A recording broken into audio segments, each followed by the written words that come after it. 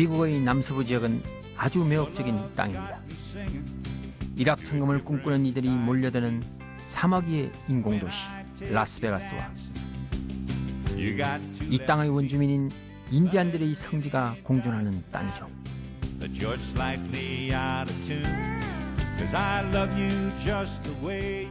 그리고 지질학의 보고라 불릴 만큼 다채로운 지형과 지질이 펼쳐진 대자연의 땅이기도 하죠.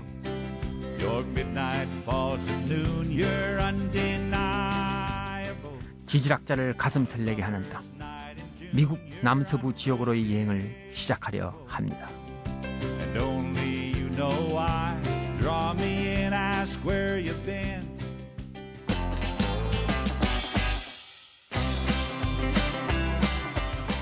제가 찾아갈 곳은 네바다주와 유타주, 아리조나주로 미국 남서부 지역입니다.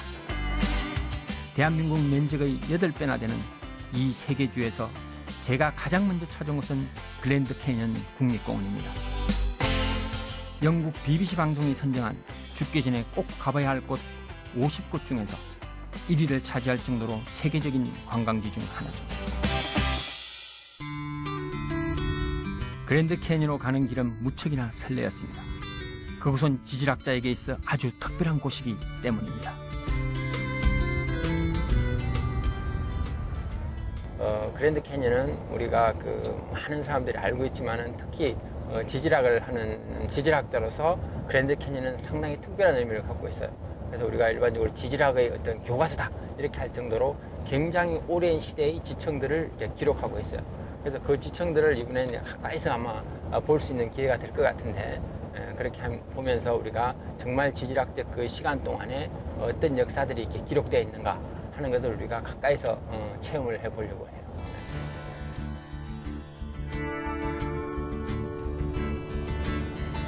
젤라도와 충청도를 합친 것만큼이나 넓은 글랜드 캐년. 그곳에서 제가 가장 먼저 찾은 곳은 웨스트림입니다. 전망 좋기로 유명한 곳 중 하나이기 때문이죠.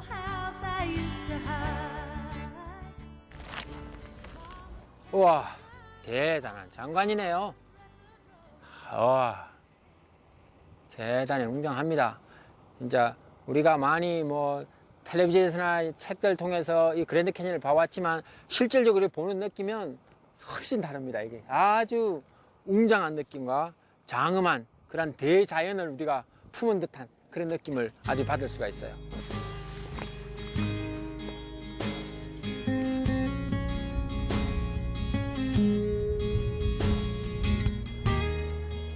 거대한 그랜드 캐년의 장관 속에 헬기 한 대가 등장했습니다. 이곳의 대자연을 만끽하는 방법에는 여러 가지가 있습니다. 누군가는 이렇게 헬기를 타고 협곡을 날면서, 또 누군가는 이렇게 전망대에 올라서,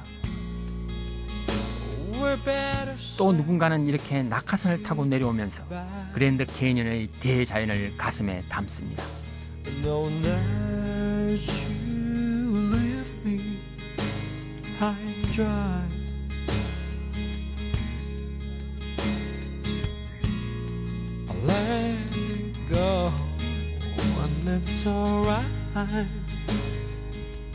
와, 두 개 같이 들어오고 있어요.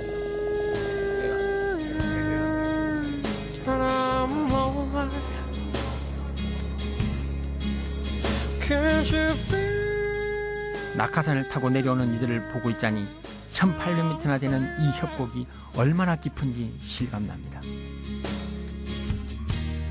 My broken heart is falling down.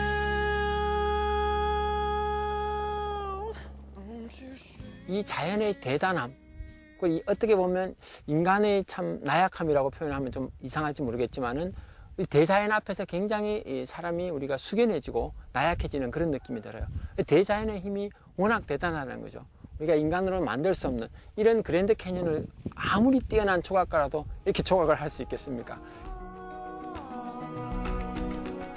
그랜드 캐년은 길이가 447km, 너비가 최대 30km, 깊이가 1800m나 되는 세계에서 가장 깊은 계곡 중 하나입니다.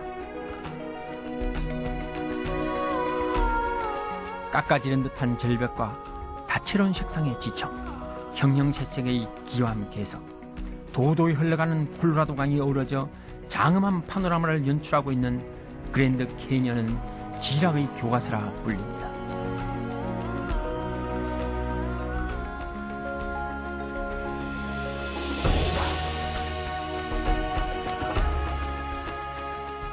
약 20억 년 전, 이곳은 지각작용과 화산 폭발 등으로 맨 밑바닥의 기반함이 형성된 이후 바다와 육상에서 침전물이 쌓이면서 여러 가지 퇴적층이 형성됐습니다.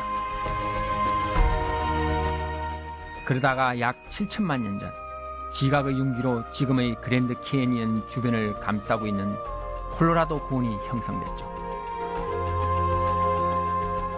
그리고 약 500만 년 전부터 콜로라도 강이 본격적으로 콜로라도 고원을 침식하면서 오늘날의 그랜드 캐니언이 만들어진 것이라 합니다.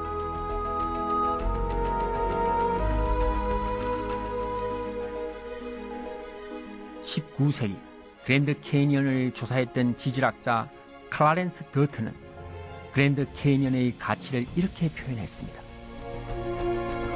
그랜드 캐니언의 바위들이 만약 다른 곳에 홀로 놓여 있었다면 그 하나가 바로 위대한 유물로 대접받았을 것이다.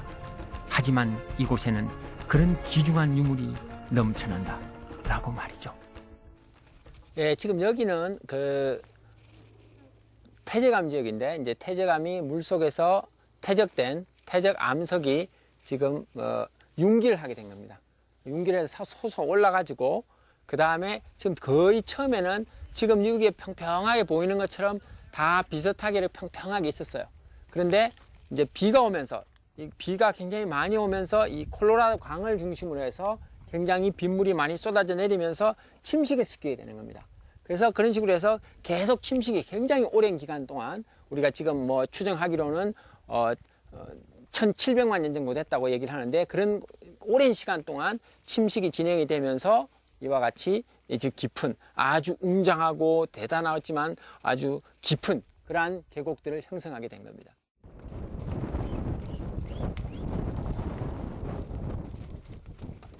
지질학계에서는 100년마다 깊이 3cm, 넓이 30cm 정도씩 콜로라도 강이 그랜드 캐니언을 침식했을 것으로 분석하고 있습니다.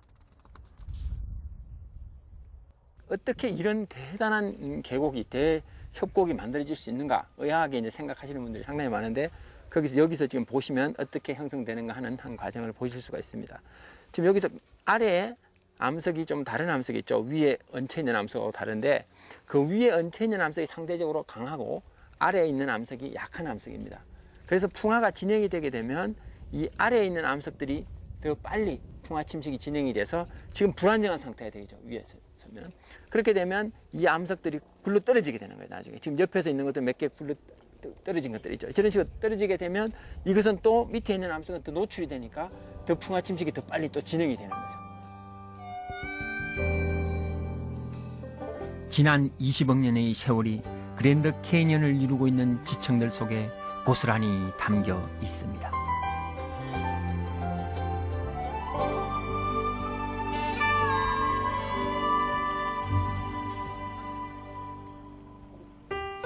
(45억 년의) 역사를 가진 지구의 입장에서